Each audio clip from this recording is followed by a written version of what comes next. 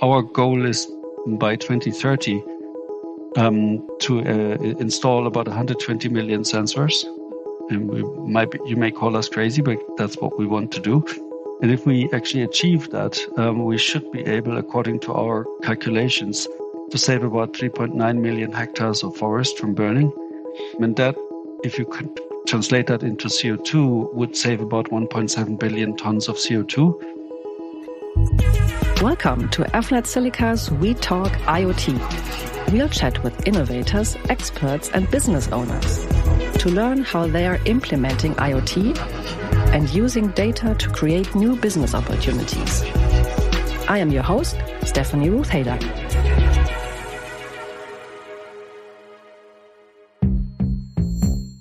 Wildfires across the globe are worsening. They are growing larger, becoming more intense and frequent, and are even creating their own weather, from Australia to North America, from the Arctic to Africa. According to a United Nations report, climate change and land use change are projected to make wildfires even more frequent and intense, with a global increase of extreme fires of up to 50% by the end of the century. For this episode, which will air for Earth Day, we have invited Carsten Brinkschulte, CEO of Dryad, and we will discuss how sensors and artificial intelligence can predict wildfires and protect ecosystems. Welcome, Carsten. I'm really excited to talk to you today. How are you? Hi, I'm fine, Ruth. Thanks for inviting me. Why don't you kick us off by introducing yourself and Dryad? Sure, thanks. Yeah, as you said, my name is Carsten. I'm CEO and co-founder of Dryad Networks. And what we do is we provide a technology for what we call ultra-early detection of wildfires. We have developed sensors that can detect fires and placed in the forest to prevent them as soon as possible. And I guess we are what you would call an impact for profit. So we want to have as a prime objective of the company an environmental impact, a positive one, but we want to do that profitably. Mm-hmm. Interesting. Why forests? Why do they need protection? Well, if you look at one of the biggest challenges we're facing on Earth is of course climate change. I guess most people agree to that, and that's driven by CO2 emissions. Now, wildfires are causing up to 20% of global CO2 emissions, and that's for most people a surprising number. So it's between 6 and 8 billion tons of CO2 that are being emitted from wildfires each year. At the same time, we're losing a lot of biodiversity, a lot of animals when forests burn. And the biodiversity crisis is just as bad, if not worse, than the climate crisis. So protecting forests from fire would help substantially in the context of climate change by preventing CO2 emissions and protecting the world's largest carbon sink, at the same time protecting biodiversity, where there is about 60 or 70 or 80%, I don't know the exact figure, of biodiversity on land is living in forests. Mm-hmm. And why are our forests burning? In most cases, in fact, in most countries, it's about 80 to 90%. It's human-induced. So the sources of fire starts can be traced back to human activity, and that's a combination of stupidity, like throwing a cigarette out of a driving truck, accidents, but also technical faults like power lines that come in contact with trees or transformers overheating. So, but it almost always can be traced back to human activity. And just about 15% roughly can be traced back to natural sources. And literally the only natural source of wildfires is lightning. And the vast majority is us. So it's us being responsible, so we should be able to stop it. And I don't remember the exact number. I have researched because I wasn't sure if it's the US only or global. I've read somewhere it's like hundreds and hectares of tree that are burned every year. Is that correct? Or do you have some more statistics you can share with us? We have about 4 billion hectares of forest left on this planet, which is good. It sounds like a lot. Unfortunately, we're losing about 25 million hectares of forest each year. And to put that into perspective, Germany has about 11 million hectares of forest. And wow. it's about 1/3 of the surface of this country. And we're losing twice that typically each year, sometimes more, sometimes less, depending on the severeness of the year. Yeah, it's incredible. When I did my research, I, of course, came across Australian wildfires, the Californian wildfires that make the news every year. And it seems it's more and more devastating and raging every year, and just almost not comprehensible with the human brain how much trees and how much wildlife that's burning every year. Fortunately, we also get media attention now. It has been that bad for quite some time, but it didn't receive the media attention. Now it does, and now most people know about the problem. What's really frightening is that a lot of what's happening is not visible on media screens. Like, for example, Siberia is burning like crazy each year, and nobody's doing anything to stop those fires. I think it's about 1/3 of the CO2 emissions of wildfires are coming out of Siberia alone. And yes, you see California, yes, you see Australia, but really big fires you actually don't see.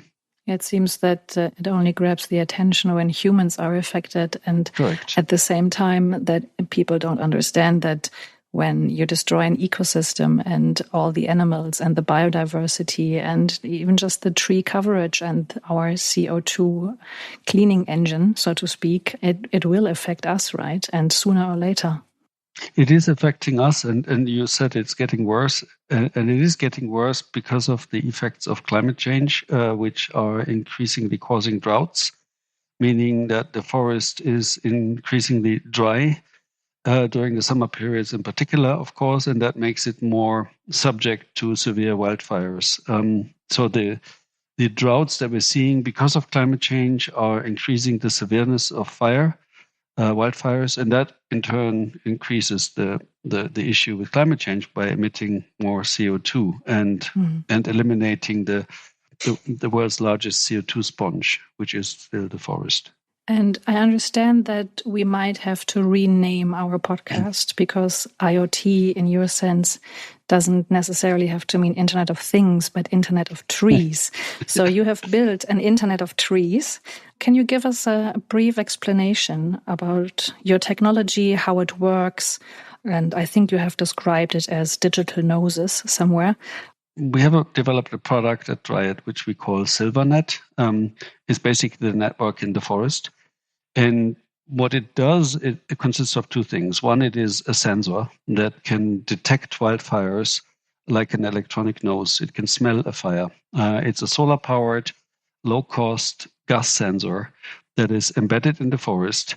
It can detect hydrogen, carbon monoxide, and volatile organic compounds, and we're using built-in machine learning in the sensor to reliably distinguish between clean air and a fire. And we've trained this sensor to detect how it smells like if a forest is burning. So then once the sensor has detected a fire, it's of course not good enough to beep because nobody will listen to it. So we have to get the signal out of the forest. And that's the second part of SilverNet. It is a so-called mesh network infrastructure. Sounds like a mouthful. It basically is a solar-powered IoT network infrastructure that enables the sensors to transmit data in the very remote locations of the forest and get the data out into the internet, and then we can call the fire brigades. So think of it like an IoT network infrastructure that we place into the forest, low cost, solar powered, and works in the forest, unlike mobile networks, which actually don't. How do I have to imagine this? Because forests are really big and inaccessible. And when you say solar powered and there's a tree canopy, how does the sun hit the sensors? And how do they get powered? And for how long? Yeah, so the sensors, as well as the gateways, which create the network for the sensors, they're both solar powered. And they are what you would describe as ultra low power. So they use very little energy to transmit data wirelessly. And they are solar powered, and solar does work even in the shade. It's just solar cells just produce substantially less energy when they're not exposed to direct sunlight. So we've solved that problem by implementing ultra low power electronics and software, so that these sensors and gateways are very energy efficient. And yes, they do work in the shade. Of course, they prefer to get sunlight, but if they don't, they'll still do their job. Mm-hmm. If the sensor detects the fire, is it then not too late? Well, we claim what we call ultra early detection of wildfires, and we want to be the fastest, faster than cameras, faster than satellites. And we think we can do this because we are embedded in the forest. We're under the tree canopy. We're about 3 meters above the ground. And if there is a smoldering fire, which most fires start at, not even an open flame, there are still gases being emitted. There is smell in the forest. And our sensors can detect it even at that stage, even before there is a big flame raging through the forest or going into the tree crowns. Even before that, we should be able to detect them by the gas signatures that the fires have. And therefore, we should be able to detect fires several hours earlier than optical systems. That's our goal. And with that, we can give the firefighters an extra few hours to extinguish the fire while it's still small. Oh, that'd be terrific. That'd be a bit change to the schedule, I guess, when you can save hours. Can you give an example maybe? When I think about like a very prominent forest is probably the redwood forest in California, I guess, with the famous big trees. It's a huge forest and a huge national park.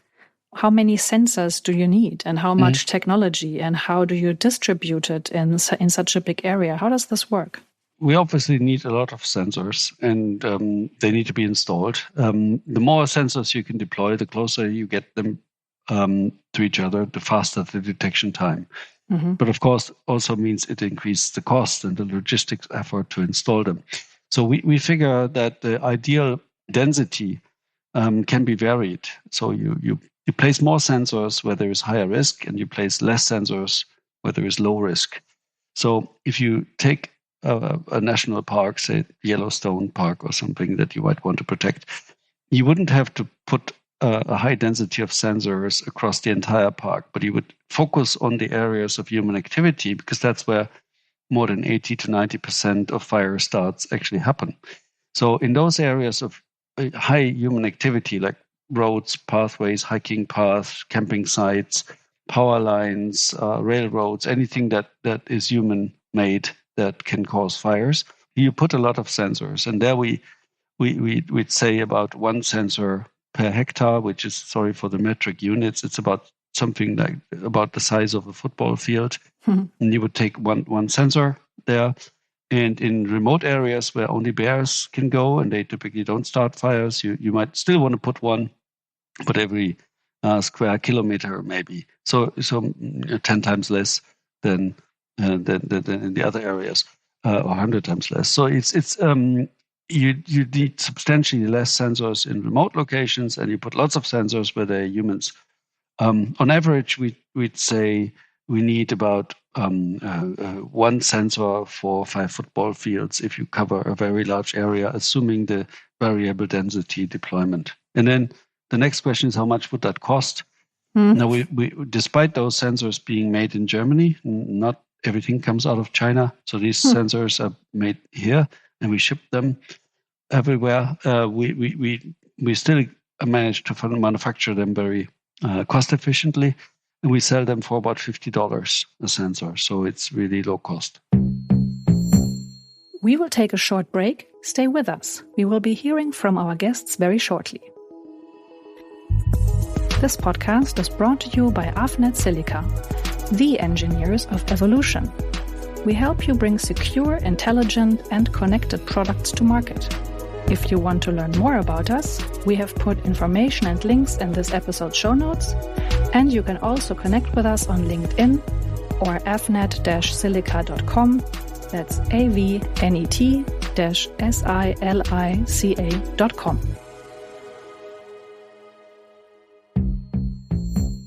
You said it's just one sensor for five football fields. On average. On average. That's a really good nose, I guess. That's a really sensitive nose. No, I mean, look, in the areas where we are concerned about, it's more. It's one sensor per football field. It's still very sensitive.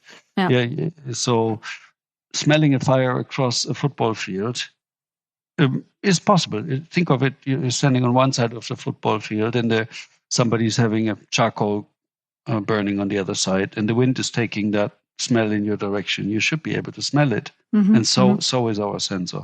And the sensors, you place them on the tree trunk, and how big are they? Sensors are about the size of the palm of your hand, and you install them with a wooden nail. You attach them just out of reach for humans so that they can't simply pluck them and take them as a souvenir at about 3 meters height, we recommend. So I just attach them with a wooden nail to a tree trunk, and that's it. There's no button, no USB plug, nothing. Just put them there and they can stay for 10 years. And no batteries ever have to be replaced because we don't have any. We use supercapacitors for energy storage and solar for charging them. And then you mentioned the mesh network. How do you then transmit the data, and where do you transmit it to? So we've got these mesh gateways. Again, they're solar powered. They're a bit bigger. They're about 50 centimeters in height, and have a big solar panel, of course, embedded. And you place them every 1 to 2 kilometers in the forest to actually enable this IoT network to transmit the data in a multi-hop mesh, hop by hop by hop by hop, until it actually reaches the internet at the outskirts of the forest. And then we transmit it into the cloud, where we have a cloud application, a web application. And from that, we can send the coordinates of the sensor that detected the fire to the fire brigade so that they exactly know where to go to extinguish the fire that we detected. Interesting. And that brings me on the topic of collaboration. How do you work together with the local and national governments, NGOs, fire departments, other stakeholders, and coordinate your wildfire management approach? It's actually quite simple. We have a cloud-based platform where we can, in the simplest form, send out push emails with the geo-coordinate of the sensor. That's quite easy. We also integrate with incident management systems that are being implemented by fire departments that can take multiple sources of data, including ours, and then there is a process for how that is being handled depending on the source. So we do either technical integration or we simply send out an email, which is the easiest form, works straight away. We work with about 25 customers right now all over Southern Europe, Greece, Spain, Portugal, some in Germany as well, but also in the United States. And we've just announced last week a pilot deployment with CAL FIRE in California, where they are deploying 400 sensors to test out our system in a small scale yet, but meaningful size. So we're working with lots of municipalities and in particular fire departments. And that's really cool. CAL FIRE is a promising example. What are your main challenges at the moment trying to implement your technology? Well, I mean, we've worked on this for 3 years, and so we're coming out of development, and now we are in production. We've manufactured and sold about 10,000 sensors in the last 2 months of last year, and now we're manufacturing another 20,000. For the rest of the year, we're aiming the production capacity of about 210,000 units, and then that brings a lot of challenges with it. It's we have a new product. It's an early stage product, but we also want to scale very quickly. So it's a logistical issue. It's a finance issue because it requires lots of money to manufacture so many devices. Quality assurance, sales support, all of the above. We're still a young company and just 38 employees.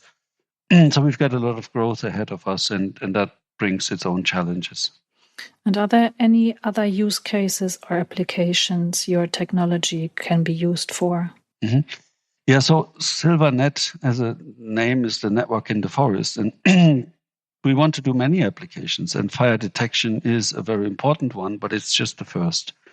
We are thinking about and planning for a portfolio of sensors that will help health and growth monitoring forests. Like think of things like a soil moisture sensor, measuring the water that flows up a tree stem, measuring the growth of trees. Everything that can help to protect and regrow, restore the forests. We would like to help with technology. Low-hanging fruits are things like a chainsaw detection to prevent illegal logging. These are additional applications that all can make use, once developed, of the network infrastructure we put in place, of the SilverNet. Now, this would be very interesting. Then you have like an army to protect our forests, an army of sensors. Interesting thought. I'll remember that. What are your future plans? What is your vision for Dryad? Being a startup, we have grand visions and are very ambitious. So our goal is by 2030 to install about 120 million sensors. And you may call us crazy, but that's what we want to do. And if we actually achieve that, we should be able, according to our calculations, to save about 3.9 million hectares of forest from burning. So about a third of what the forests we have in Germany, should be able to save, which otherwise would go up in flame. And that, if you could translate that into CO2, would save about 1.7 billion tons of CO2. There is such a huge lever we have by protecting the forest from burning, and hopefully we will be able to achieve that. That's our goal and our mission at Dryad. That would be really terrific. And another motivation might also be the money that you're saving all the governments by trying to put those fires out, isn't it? I think it actually costs the United States $500 billion every year to put out these fires again, something like that. It's a huge amount. It's the cost. The cost is about $5 billion in the United States. The firefighting. I exaggerate all the time. but $5 billion is a lot of money actually to pay to just the firefighters. The economic damages you may be referring to are much higher. If there is a fire that sweeps through a town, it goes into easily 50, 100 billion of damages on a single event. And that unfortunately has happened before, and it will happen again. So the economic damages are massive, the indirect damages as well, and the cost of fighting the fire is as well. So the cost of detecting fires to radically reduce the cost of fighting it and prevent the damages should be worth it. And it's actually not that big. Absolutely. And I hope that people realize that it's not only about the money, but also about protecting the ecosystem that we are also a part of. And if we destroy the ledge we are standing on, there's nothing that will keep us from falling. Absolutely. And we don't have much time. If you look at the recent IPCC report, numbers are not looking good for us. And so we need to act quickly and we need to act boldly now. It has been really good talking to you, Carsten. Thank you so much for sharing your insight. Thank you, Carsten. Thank you. Bye. This was Avnet Silica's We Talk IoT. If you enjoyed this episode, please subscribe and leave a rating. Talk to you soon.